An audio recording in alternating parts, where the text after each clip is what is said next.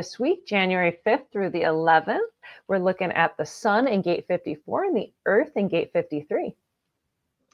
54 and 53. So 54 holds this mystical place as well as a very practical place, and 53 makes sure whatever that is, it gets started. So today things will get started. So as we can see on our mandala here, the Sun in 54 is a root gate, and as well as the Earth, which is about beginnings. So it's this drive and then this ambition with the Sun, and then the Earth with this new beginnings, which makes for an interesting polarity. Yeah, these two gates stand well opposed to each other.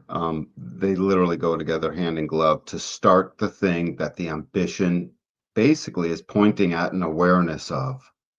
So, and it's always towards the greater good. That's what I like. Every line in this thing, it has something to do with the greater good. It's pretty amazing that way. Lovely. All right, so the Sun in gate 54, this is the marrying maiden, and it's this gate of drive.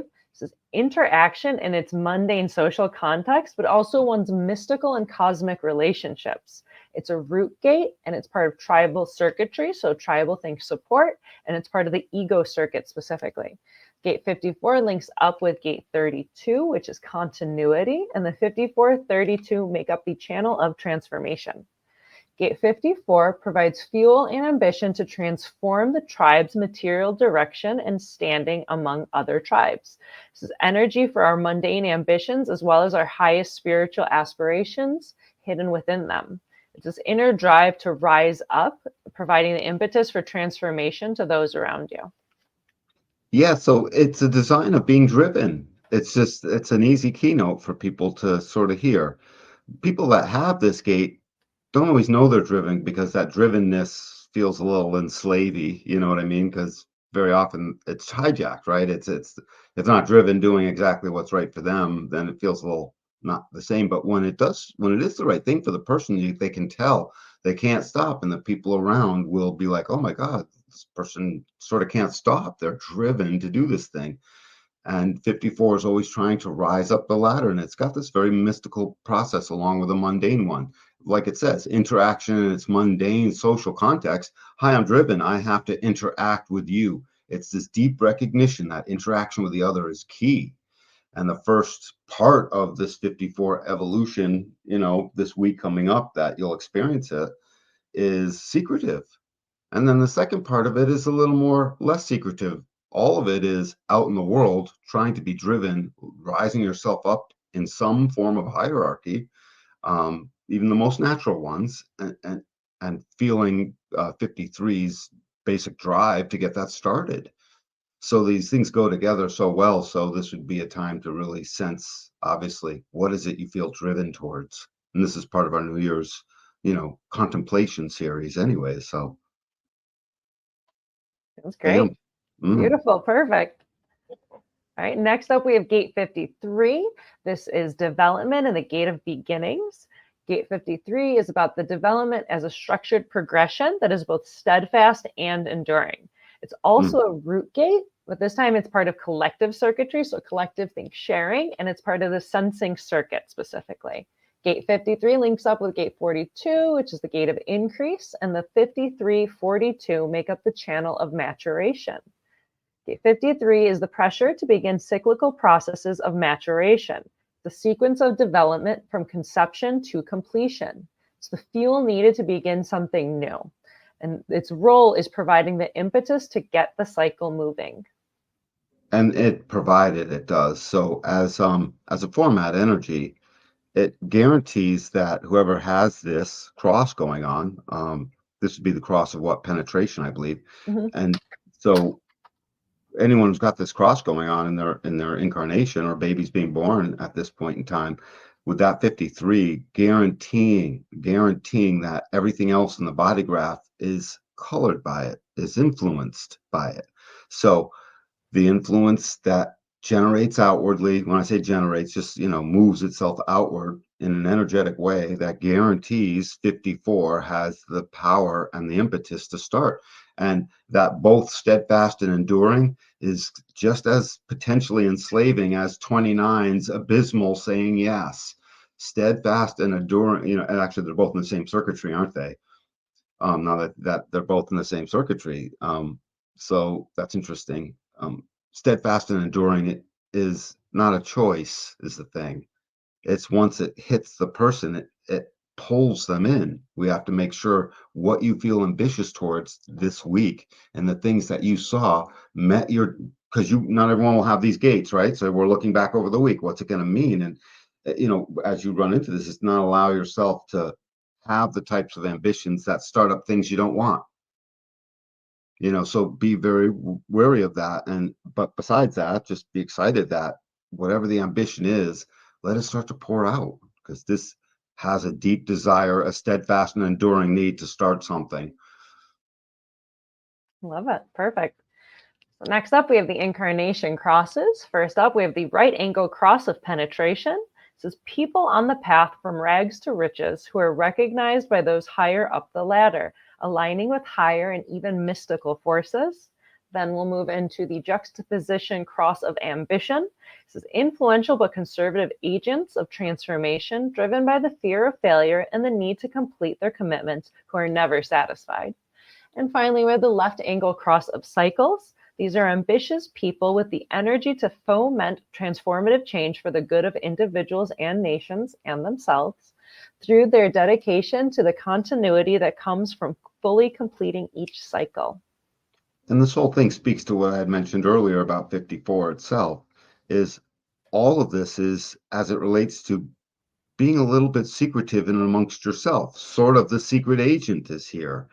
And so this penetration moving through it, the penetration penetrates the now, what is ambitious. And it takes 51 and 57 with it to go ahead and do something courageous in the now. And it moves into straight up ambition that can sometimes even alienate others, and certainly, alienate themselves if it's the wrong thing. And if it's the right thing, it's so impressive, the way they'll influence others. And then this external energy that looks out, this left angle cross, that guarantees to look out over other things. All of them need the other to empower. All of them need the other to empower is the thing, and or else it doesn't work. The ambition does not work in a vacuum. So recognize that. And if there's someone you're seeing that you can't work with, then they get in the way of your ambition because the other is required. Good stuff. Who knew? So next up, we have the hexagrams. We have the sun in gate 54, which is this ambition and drive, and it's thunder over lake. And the image reads, above the lake there is thunder, the marrying maiden. A noble one through ever-flowing endings knows what wears out. The lake is stirred and awoken by thunder, the vibrations traveling deep through the water. The noble one is inwardly as fluid as the lake, always open and responsive. So the shock of the new quickens her heart to a new awareness, and she senses the currents of change. She sees how things that are complete are also flowing, like water, and this is how they endure, as the generations of a family endure, and as the spreading vibrations from the thunder reveal what is flawed. She also gains a direct and sure knowledge of what is too brittle to last. So it speaks to the continuity aspect of this whole channel. The channel of being driven has the continuity. It's tribal. So notice the family, mention of families and the family's continuity. I think that it speaks very much to the rising of the marrying maiden herself, this gate of being driven, because ultimately this drive and this desire that comes with it, because it's formatted by that energy, right? It's in the same circuitry as gate 41. That desire to ultimately find a fluidic way is very much, if the maiden is driven, she must be sensitive to the continuity, and the wise maiden will allow the thunder to strike and turn it into a flow in a way that only she can know. And that's why it starts out secretive. It's just her information. Do you want to, they actually explain like the mirroring maiden thing. Do you want to hear about that? Sure. Yeah, it's just interesting because I always thought it was this interesting gate, and I was like, what the hell is this talking about? And then I'd love to hear your take on it with that. So it says, a young girl, not yet a woman, comes home to her new husband's house. A noble man of old China would marry his first wife with a great ceremony. She would go to her new home accompanied by a group of female relatives who become second wives. These are the marrying maidens. They are present simply to make relationships easier and have no status of their own. As a marrying maiden, you have accepted a relationship where you come second. You are only here to play a supporting role. It would be disastrous to try to shape the situation to fit your own needs. You are too junior, not yet ready to exert influence. There is no point in your setting intentions or making plans. All you can do is to feel your way, adapt, and find your place without originating any action or having any agenda of your own.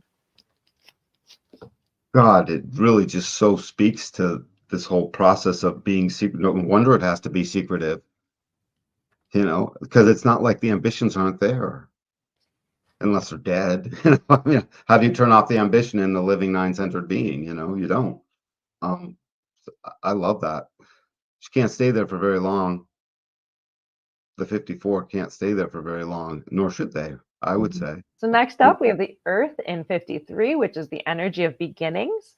And this is wind over mountain. And the image reads, on the mountain is a tree, gradual progress. A noble one abides in virtuous character and improves the ordinary. The tree on the mountain grows very slowly compared to the one in the valley. It needs to put down strong roots. As it grows, it creates a microhabitat around it, gradually, subtly changing the nature of its environment. The noble one's good character has the same effect, causing a gradual evolution in the habits of ordinary life. Inwardly, as still and firm as the mountain, she settles into her high standards as if into a home and reaches out in kindness like a growing tree. Guess what the first line of 53 is? Accumulation. Oh, that's funny. The gathering, the studied and foundation making gathering of that which, as was described, changed the environment. So there's always something new coming, and this is saying the wisdom of 53 is to recognize when to start. Really, just when and what to start, and where's all that going to be found, Moni? Strategy and authority, baby. Right? Where else is it?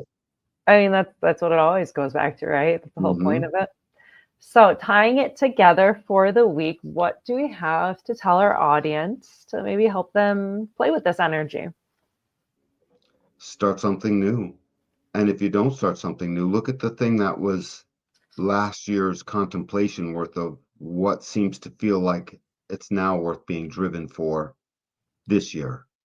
Because its continuity will always guarantee, it's part of that continuity channel that will always guarantee some kind of building block. Same with the accumulation of line 1 here in 53. It always will guarantee building off of the things that went before. So it's not new and mutative. It's just something new, newly organized that now needs its start. So look at what's worth starting and don't beat yourself up over that you haven't started something. Chances are these things are big. You might not start anything right now. This is only to happen at some point this year, something starts for you. It's your job to witness and watch for it, because it would have been part of this energy and this contemplation in your life. You would have made that happen.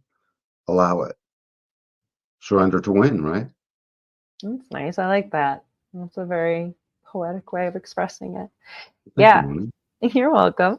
Yeah, I always like to start with the earth. So I feel, yeah, the earth is like grounding us in that energy of like, what do we want to begin? Like, what gets you excited, right? What's the new cycle that's starting to get those gears moving? And like you said, it's not necessarily go jump into it now. Like if you got that energy and like play around with it and like strategy and authority, but yeah, it's like what's kind of percolating as we're getting towards like human design new year, right? We already had like our typical new year, but human design new year is January 22nd. So this time is really about like what is building up, right? What's getting you going. And so what is the new cycle that's going to be building up? And then with the 54, it's like what's building up and like in that ambition angle of it. And in terms of like the tribe, right? It's tribal circuitry. So which, new relationships, new business partnerships, like that kind of energy I feel is like percolating upwards. So kind of, play with that, see what gets you excited. Maybe, dream about it, journal about it, do something in that line to I, see what gets you going. I find it incredibly interesting. This is a little bit nerdy, this point I'll make, but I find it incredibly interesting that 54, the tribal instinct, it's an instinctual channel of awareness, the instinct of that which will survive, help the tribe survive, literally, and keep it going, um, throttles throttles the very power that begins the maturation experiential process in that in the circuitry between the root and and the sacral, right? It's sitting there beginning up that format energy. So it's throttled and governed. It's sort of funny. It's governed by the marrying maiden, right? Because it has no awareness of its own. The maiden points towards a keen awareness. Hey, I'm down here, and I'm aware that I don't necessarily want to be, right? And it's sitting there as like the throttle and the governor of 53 in that way. I find that interesting. That is, This it is. That lined up that way, man. That's how they've made it. That's how we were made. Go figure. I love this whole series with you. It's interesting every week going through this and kind of just talking through these energies. It's really fun. Yeah, and at the same time, it gets us through all the gates. This is a total gate study we put right in the course, or whatever. This is beautiful.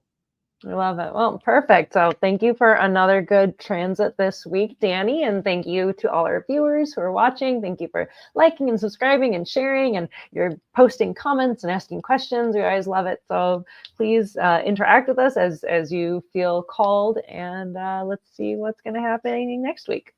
Call it in. We'll talk to you soon. Bye.